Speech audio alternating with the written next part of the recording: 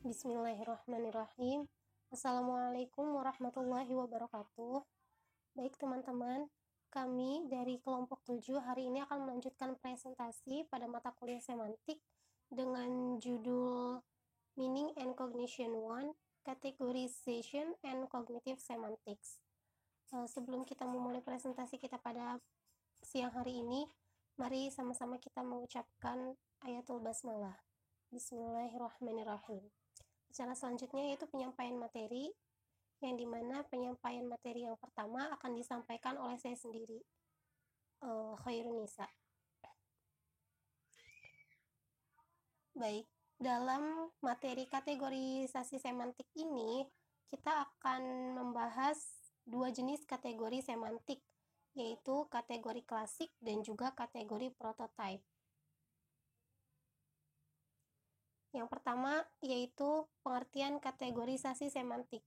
Kategorisasi semantik adalah proses psikologis mendasar. Pikiran manusia dapat mengelompokkan berbagai hal di dunia dalam kategori yang sama dan menunjukkannya dalam satu istilah. Karena dapat dilihat sebagai nama kategori, kategorisasi telah menjadi fokus utama penyelidikan makna kata.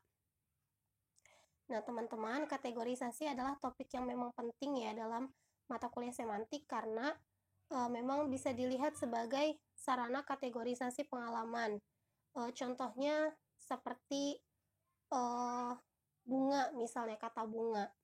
Nah, kata bunga ini mengkategorikan sejumlah besar entitas berbeda yang tidak terbatas di dunia sebagai semua contoh dari satu jenis benda, yaitu bunga. Bendanya itu bernama bunga, tapi ada berbagai macam jenis bunga ya kan yang ada di dunia. Contohnya saja ada bunga tulip, ada bunga matahari, ada bunga mawar, ada bunga anggrek.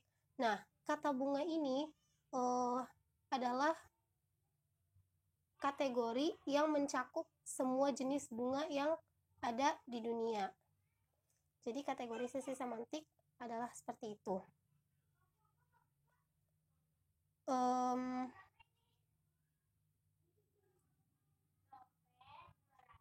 Bagi ahli bahasa dan psikolog, pertanyaan yang cukup menarik adalah bagaimana kategori bahasa yang alami bisa muncul. Prinsip apa yang mengatur kemungkinan-kemungkinan tidak dikategorikannya dalam satu kata, seperti contoh tadi, yaitu bunga. Nah, mari kita lihat jenis-jenis kategorinya. Yang pertama yaitu kategori klasik. Kategori klasik adalah jenis kategori di mana keanggotaan kategori tertentu adalah salah satu atau properti tanpa ada di antara kasus. Nah, kategorisasi klasik ini adalah pendekatan logis standar terhadap bahasa. Ini juga sudah sempat dibahas pada bab 6, yang merupakan pendekatan dengan dua nilai, yang merupakan ini berarti bahwa dalam kategori ini hanya mengenali dua nilai, yaitu kebenaran dan salah ya, benar dan salah.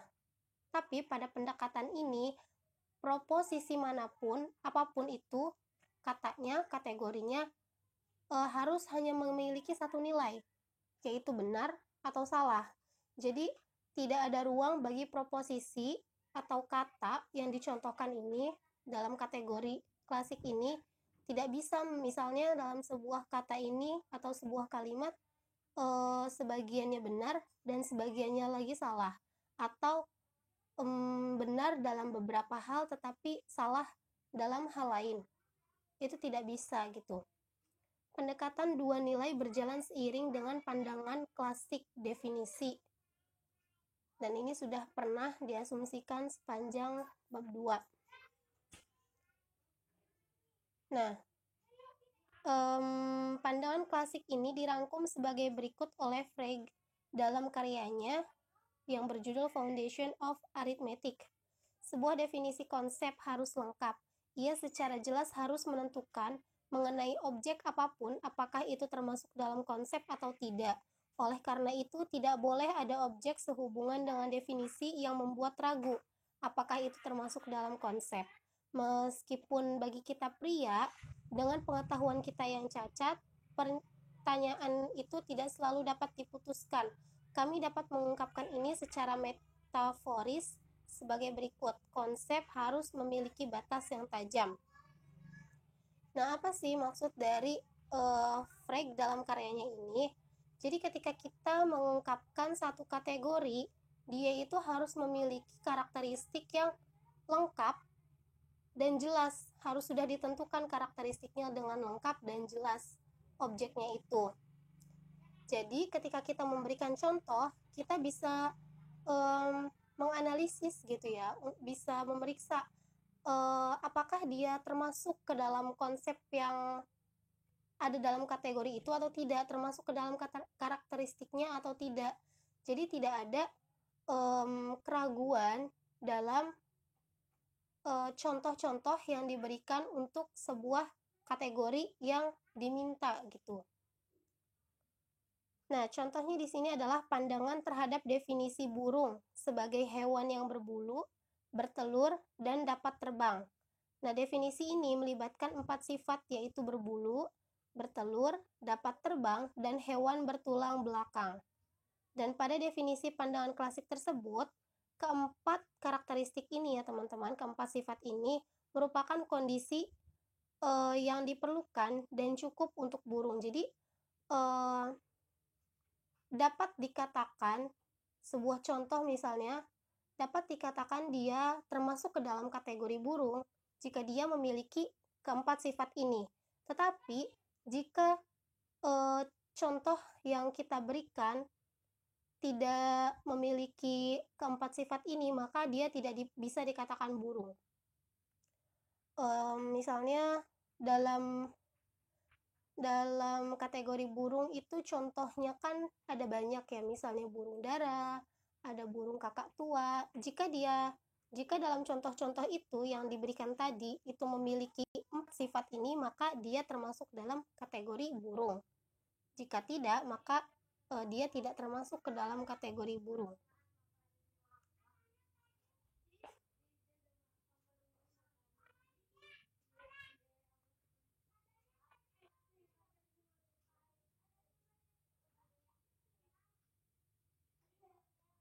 Nah, selanjutnya yaitu permasalahan pada kategorisasi klasik.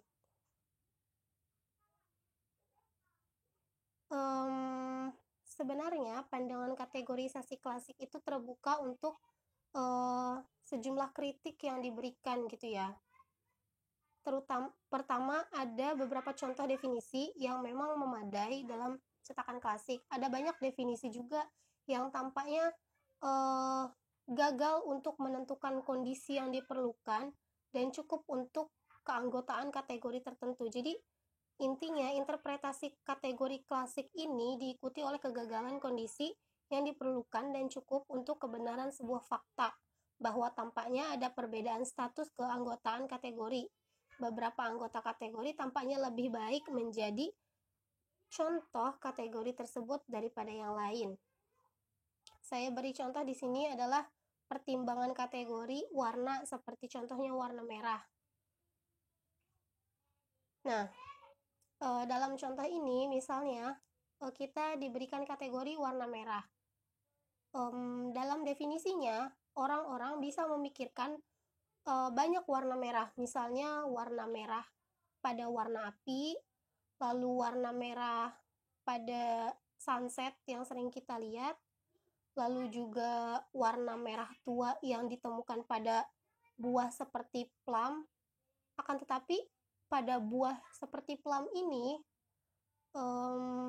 warna kemerahannya itu seperti bercampur dengan warna ungu. Ada juga yang mungkin berpikir warna merah itu adalah warna merah yang sangat pucat, sehingga digambarkan sebagai warna merah muda atau pink.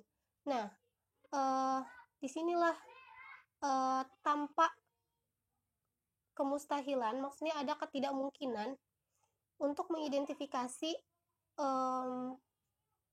hal yang tepat untuk kategorisasi kemerahan yang merupakan batas antara warna merah dan yang lainnya.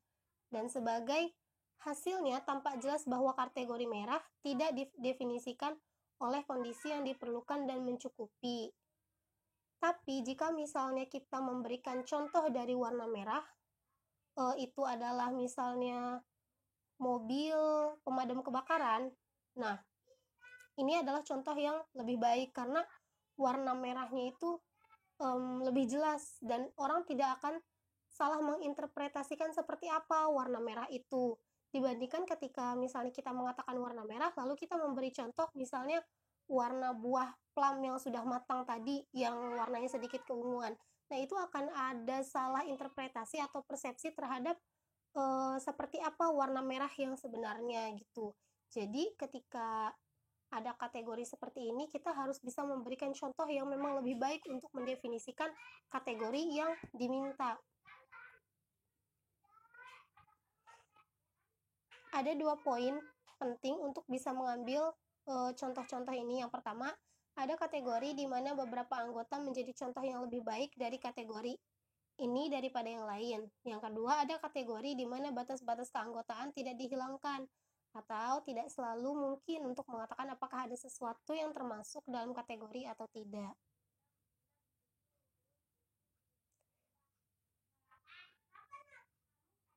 Lalu yang selanjutnya adalah kategori prototype. Kategori prototype adalah kategori yang dimana kategori terstruktur dalam hal kecenderungan sentral. Nah, gagasan bahwa keanggotaan kategori dinilai adalah inti dari teori kategorisasi prototype.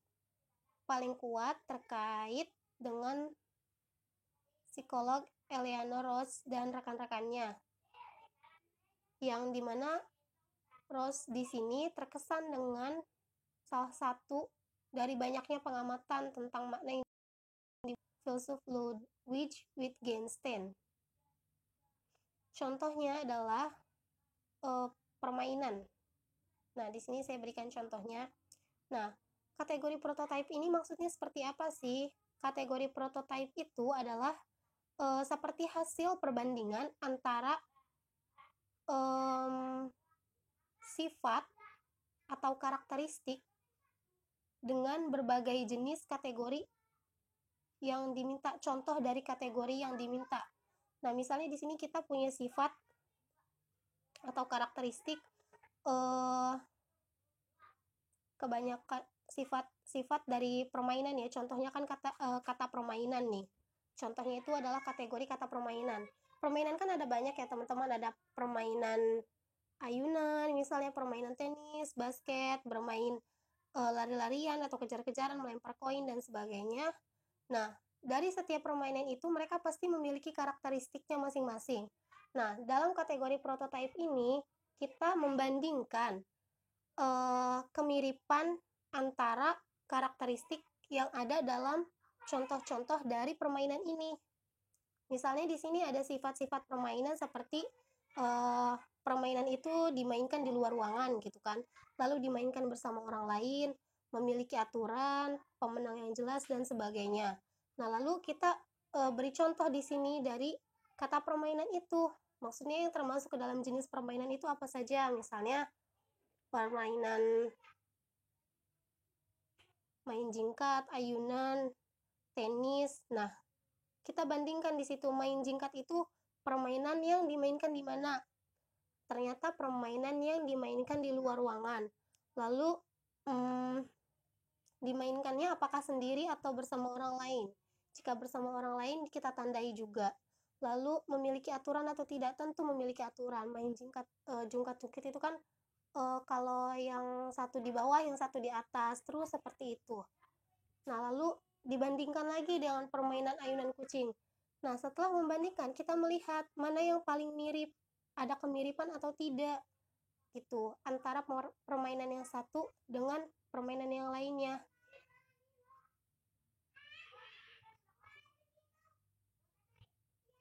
Jadi dimaksudkan dalam prototipe itu adalah menggeneralisasi struktur kemiripan